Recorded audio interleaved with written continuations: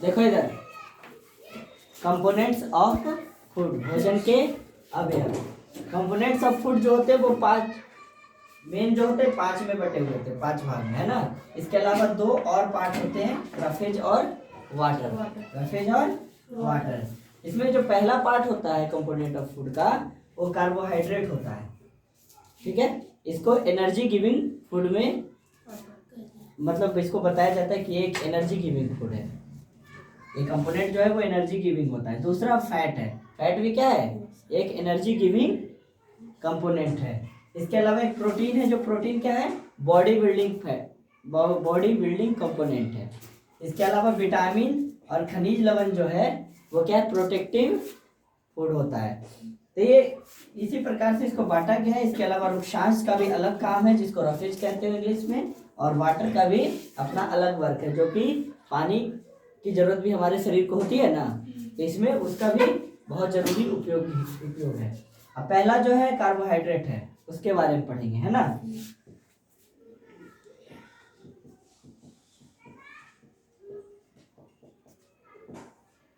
ये जो कार्बोहाइड्रेट है ये 2 पार्ट में होता है। कार्बोहाइड्रेट जो होता है, इतना तो बता ही दिए कि एक एनर्जी गिविंग है, लेकिन जस्ट उसी टाइम एनर्जी देता है।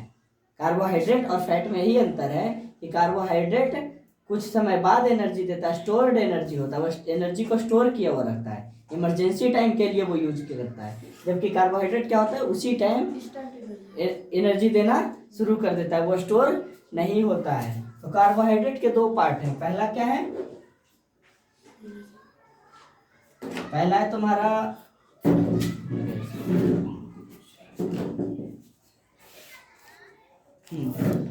पहला है स्टार्च और दूसरा है शर्करा। क्या है, शर्करा। स्टार्च यानी कि ग्लूकोज और शर्करा यानी कि शुगर।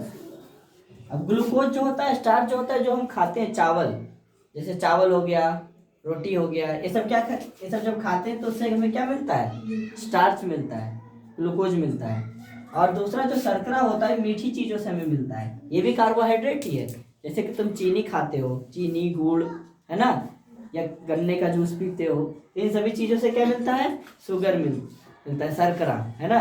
अब दोनों चीज़ें हमें क्या देता है, कार्बोहाइड्रेट देता है। कार्बोहाइड्रेट देता है तो हमें एनर्जी मिलती है। अब कहोगे कि सर स्टार्च और शर्करा अलग अलग कैसे, तो देखो, तुम चावल खाते हो तो तुम्हें वही एनर्जी फील होता है जो एनर्जी तुमको चीनी खाने पे होता है। अगर तुम बिल्कुल भूखे हो, अचानक से एकदम थके हारे आए हो बाहर से, धूप भी तेज लगी है, और उस टाइम तुम्हें कोई शरबत बना के दे दे चीनी का, एकदम तरोताजा फ्रेश हो जाओगे ना, एनर्जी एकदम तुरंत मिल जाता है। वहीं इसके जगह पे ग्लूकोज क्या करते हैं, हम भोजन के रूप में लेते हैं। जैसे हम खाना खाते हैं ना, चावल दाल वगैरह खाते हैं, तो उसमें जो चावल होता है वो हमें क्या देता है, स्टार्च देता है। अब इतना समझ में आ गया। और ये सभी जो जितना खाते हो तुम कार्बोहाइड्रेट के रूप में, उसी वक्त हमें ताकत देता है। दूसरा है फैट। फैट यानी कि वसा, ये भी एक एनर्जी गिविंग फूड है। जैसे कि कार्बोहाइड्रेट एनर्जी गिविंग फूड है, वैसे ही फैट्स भी एनर्जी गिविंग फूड है। अब एनर्जी गिविंग फूड एक है, लेकिन एक किस टाइप का है, स्टोर्ड एनर्जी गिविंग फूड है। ये स्टोर हो जाता है। क्या होता है, ये स्टोर हो जाता है।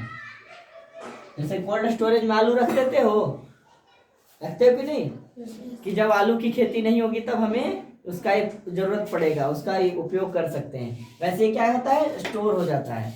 ज़्यादातर तुम देखे होगे जो लोग ज़्यादा खाना खाते हैं, तो ये फैट जो, देखो फैट का कंपोनेंट क्या है, कार्बोहाइड्रेट का तो बता दिए।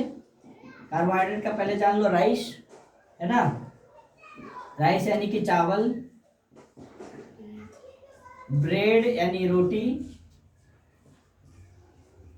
और पोटैटो यानी आलू। इस टाइप के जितने भी फूड हैं, इस टाइप के से मतलब है कि चावल टाइप का बहुत सारा होता है। जैसे कि चावल हो गया, फिर बाजरा हो गया, जौ हो गया, जितना भी प्रकार का ग्रेन है ना, वो सभी क्या आते हैं, इस टाइप में आते हैं। पोटैटो यानी कि जिस टाइप के जमीन के अंदर वाले कंदमूल है ना, वो भी हमें क्या देते हैं, कार्बोहाइड्रेट ही देते हैं। और शुगर में पता ही है तुम्हें, शुगर में क्या होगा, खुद शुगर है ना, जिसका क्या होता है, चीनी, गुड़ और गन्ने का रस।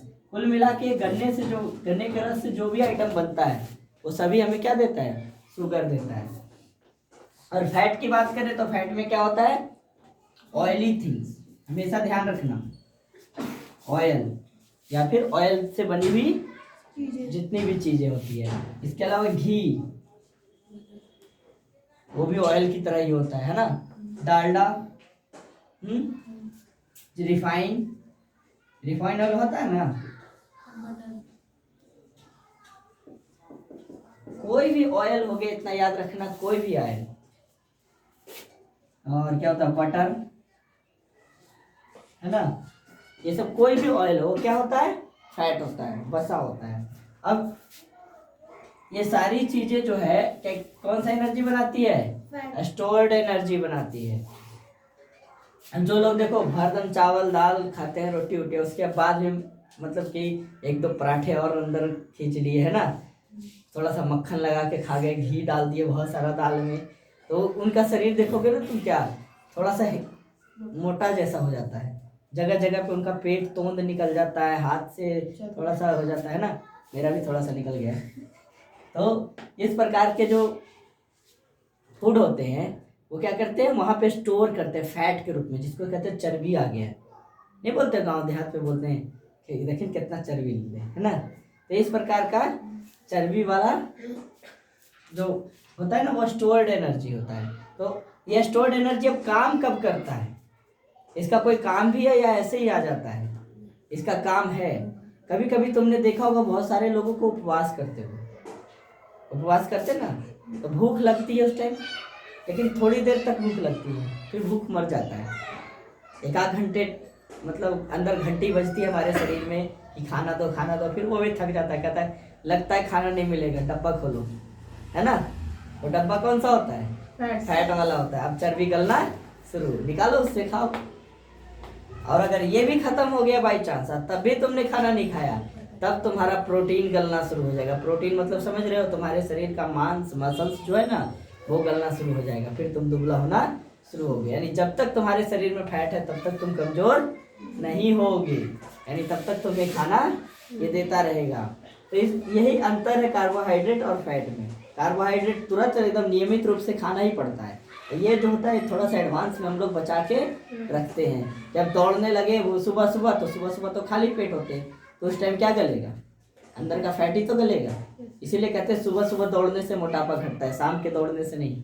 शाम के दौड़ने से थोड़ा सा कार्बोहाइड्रेट वाला ही वर्क तुम कर लेते हो, जो खाते हो वही, लेकिन सुबह सुबह तुम खाली पेट जाते हो, दौड़ते हो, तो तुम्हारा मोटापा थोड़ा सा कमेगा ही कमेगा। यही कार्बोहाइड्रेट और फैट दोनों का मतलब हुआ, समझ में आ गया। एक चीज और है, कार्बोहाइड्रेट की बात कर रहे हैं तो कार्बोहाइड्रेट में एक चीज और होता है कि रोटी खाते हो कभी? Yes sir. रोटी अगर बिना सब्जी के खाओ, बहुत देर तक चबाते रहो, पहले खाओ ही मतलब ऐसे ही चबाते रहो, निगलो नहीं, कुछ देर बाद क्या हो जाता है, वो मीठा लगने नहीं लगता है, हल्का हल्का है? हाँ कभी ट्राई करना, मीठा लगेगा। तो उसमें क्या होता है ना कि कार्बोहाइड्रेट जो होता है वो स्टार्च से शर्करा में बदल जाता है। किसके कारण? हमारे लार के कारण। लार में कुछ पाया जाता है, उसके कारण क्या हो जाता है, स्टार्च जो है वो शर्करा में बदल जाता है। तो लार ज़्यादा देर रोटी में लपेटने के कारण, बहुत देर चबाने के कारण वो मीठा मीठा फील आने लगता है। कभी ट्राई करोगे तो तुमको भी समझ में आ जाएगा। ये दो चीज़ों के बारे में बता दिए। तीसरी चीज़ है क्या? प्रोटीन। क्या है? प्रोटीन। तो प्रोटीन के बारे में आपको कहाँ बताएं? यहाँ पे बताते हैं।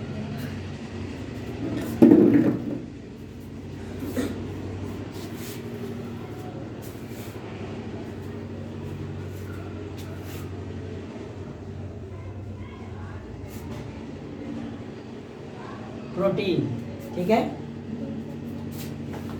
इसको हिंदी भी प्रोटीन बोलते हैं और इंग्लिश में भी प्रोटीन बोलते हैं।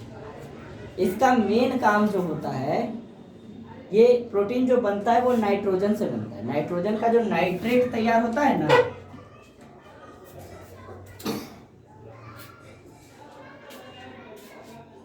जो जमीन के अंदर नाइट्रेट तैयार होता है उससे प्रोटीन तैयार होता है। प्रोटीन की जो भी फसलें हैं वो होती है दलहन, दाल वाली फसलें, है ना। जितनी भी दाल वाली फसलें सब में प्रोटीन होता है। उसके बाद फिश यानी कि मछली मेन कंपोनेंट है। दूध, अंडा और भी बहुत सारी चीजें हैं ये हैं।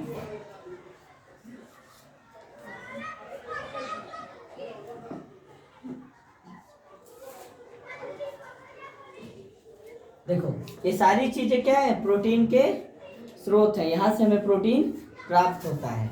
अब देखो दलहन से प्रोटीन कैसे प्राप्त होता है। दलहन में एक राइजोबियम नाम का जीवाणु पाया जाता है। क्या पाया जाता है? राइजोबियम नाम का जीवाणु पाया जाता है। वो जीवाणु क्या करता है कि आसमान में जो नाइट्रोजन है, नाइट्रोजन की कमी नहीं है हमारे वायुमंडल में, जमीन में कमी है। वायुमंडल में तो 78% नाइट्रोजन है ना। तो उस नाइट्रोजन को क्या करता है, ये अब्जॉर्ब करता है। दाल वाली जितनी फसल देखोगे ना उसके जड़ में गांठ बनी होती है। इसकी जड़ उखाड़ो तो गोल गोल गांठ निकलेगा, उसमें राइजोबियम नाम का जीवाणु भरा हुआ है। तो क्या करता है, हवा से जितना भी पेड़ पौधा सांस लेता है, जैसे हम लोग सांस लेते हैं, तो कभी भी ये मत सोचना कि हम लोग सिर्फ ऑक्सीजन सांस लेते हैं। हम सांस में पूरी हवा ले जाते हैं, लेकिन उसको निकालते हैं तब हम वो चीज़ें निकालते हैं जिसका उपयोग हमने नहीं किया है। यानी कि हम सिर्फ ऑक्सीजन उपयोग करते हैं तो बच क्या जाता है, नाइट्रोजन और कार्बन डाइऑक्साइड तो बाहर आ जाता है, ऑक्सीजन नहीं आ पाता है। लेकिन वही पौधों के साथ होता है कि पौधे भी सब पूरी की पूरी हवा ही अपने अंदर ले जाते हैं, लेकिन उसमें से वो कार्बन डाइऑक्साइड यूज कर लेते हैं और बाकी सब नाइट्रोजन और ऑक्सीजन को बाहर कर देते हैं। लेकिन राइजोबियम जो रहता है वो नाइट्रोजन को भी यूज कर लेता है और उसको किस में बदल देता है, नाइट्रेट में बदल देता है। और वही नाइट्रेट प्रोटीन का वर्क करता है। और प्रोटीन, यही कारण है कि दाल वाली जितनी फसलें होती है उसमें प्रोटीन की मात्रा ज़्यादा होती है, क्योंकि उन पेड़ों में नाइट्रेट की मात्रा ज़्यादा होती है। अब देखो प्रोटीन जब बन गया, अब प्रोटीन का उपयोग कहाँ करेंगे, तो प्रोटीन का उपयोग हमारे जो शरीर है वो मसल्स बनाने में करता है, हमारा हाइट बढ़ाने में करता है। यानी कि हमारे अंदर ग्रोथ लाता है, वो हमारे बॉडी को डेवलप करता है, उसके अंदर मांस बनाता है, ब्लड वगैरह सब बहुत सारे मतलब सेल्स को तैयार करता है। तो प्रोटीन हमारे शरीर के डेवलपमेंट के लिए बहुत ज़रूरी है। कई बच्चों को सुने होगा कि बचपन से जो दाल नहीं खाते हैं उनका शरीर क्या हो जाता है, वीक हो जाता है। बचपन से दिखेंगे दुबले पतले कमज़ोर छोटे कद के, है ना। लेकिन जो बच्चे ज़्यादा खाते हैं दाल वगैरह वो क्या होते हैं, तंदुरुस्त हो जाते हैं। दाल ही ऑप्शन नहीं है, दाल के अलावा दूसरा चीज़ भी खा सकते हैं, लेकिन कहते एक तरह से गरीब आदमी इन सब चीज़ों का अफोर्ड नहीं कर सकता है। अगर गरीब आदमी है तो दाल अफोर्ड कर सकता है, लेकिन मछली, दूध, अंडा ये अमीरों का खाना है, मतलब इसमें बहुत ज़्यादा पैसे लगते हैं ना। और दाल जो है 1 किलो दाल खरीदे 4 दिन बना लिए, है ना, और उससे अच्छा खासा प्रोटीन मिल जाता है, क्योंकि इन सब से ज़्यादा प्रोटीन दाल में मिलता है।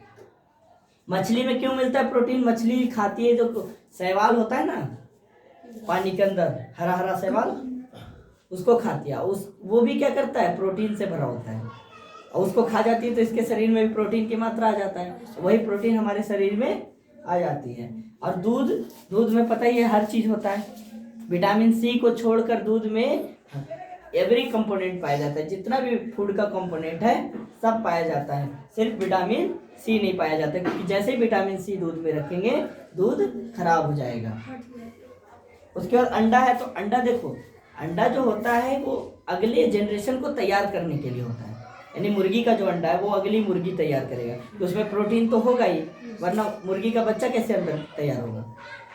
बच्चे के लिए तो ज़रूरत भर प्रोटीन तो डालेगा ही ना, तो इसीलिए उसमें प्रोटीन की मात्रा मिलता है। तो इस प्रकार से प्रोटीन जो हमारे शरीर को क्या करता है, बहुत ही फायदा देता है।